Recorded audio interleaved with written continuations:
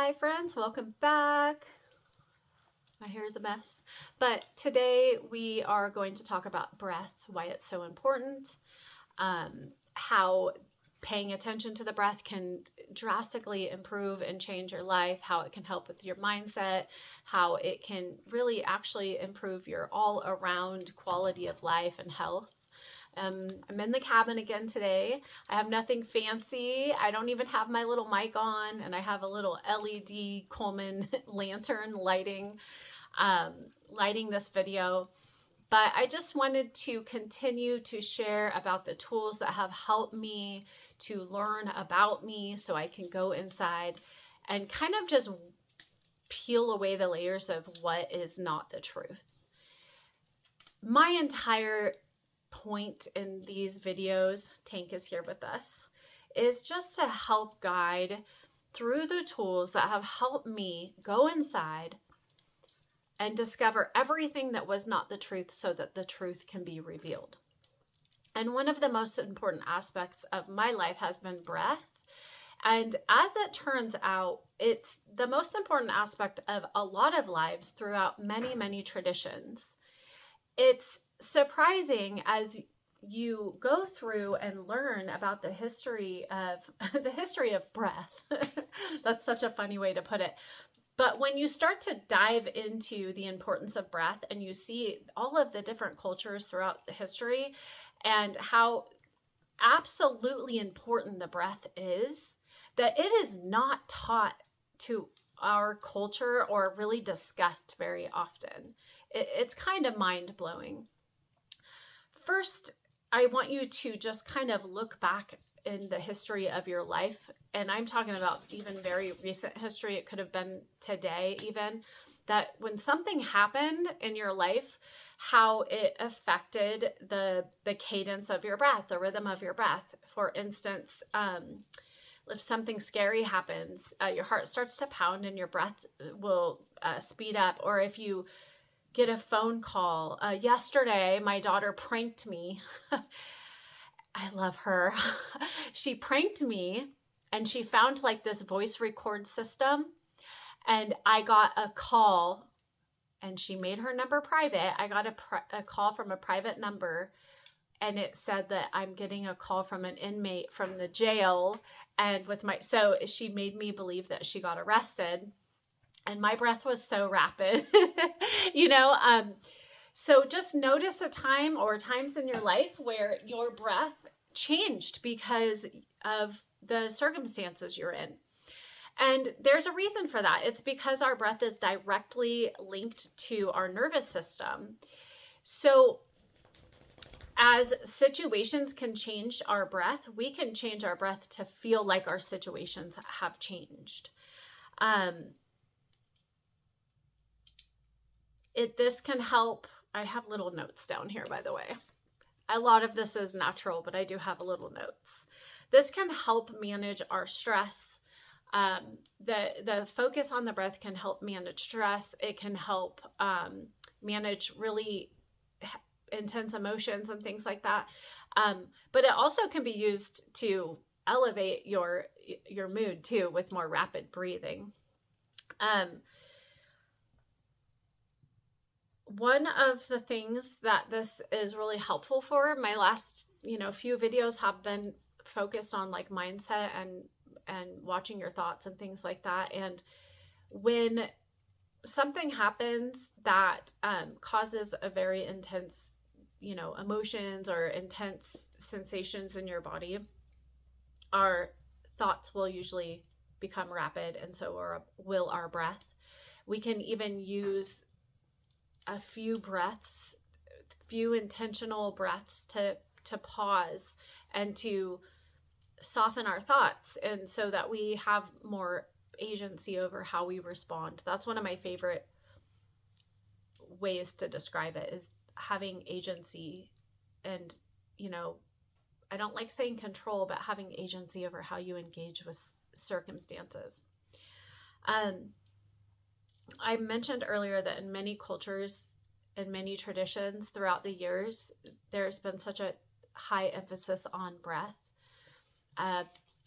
about 6 years ago, I went to Hawaii and I had the chance to spend some time with some of the natives there, and they were discussing their language, and the meaning of each sound. And it was just such a beautiful experience. But they told me that the word Hawaii itself actually means all of life is within the breath.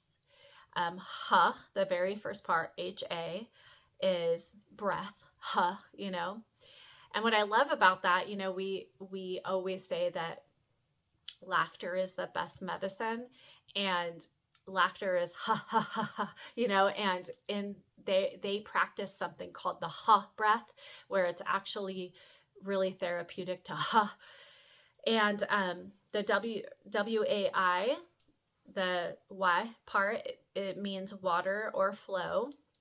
It's Y or Vi, water or flow, and E, divine or supreme. And so the two translations are breath and water of the divine for the word Hawaii, or all of life is within the breath. And I have used all of life is within the breath so frequently in my life, because we don't focus on the breath. We're not even taught it in school. I'm surprised, being my age now and knowing what everything we've gone through, especially in the last 5-6 years, there isn't more emphasis on teaching our children how to breathe consciously and with awareness, because we've become shallow breathers. Shallow breath is a result of our nervous system being in fight or flight. And we have been in perpetual states of kind of fight or flight, especially in the last 6 years. And we have trained our bodies to be shallow breathers, and our children are shallow breathers. In the Native American tradition, in the Lokta tradition, Naya means both breath and spirit. So it's one word that means both breath and spirit. How profound is that? The same word means spirit that means breath. Think about that. Great spirit and breath. And think about how important our breath is to our very life function. When our breath leaves us and we no longer have the ability to breathe, we cease the ability to be alive. Breath is life. Breath is great spirit. And in that tradition, it's believed that the breath carries the essence of the Creator. I love that. I love it because it's the truth.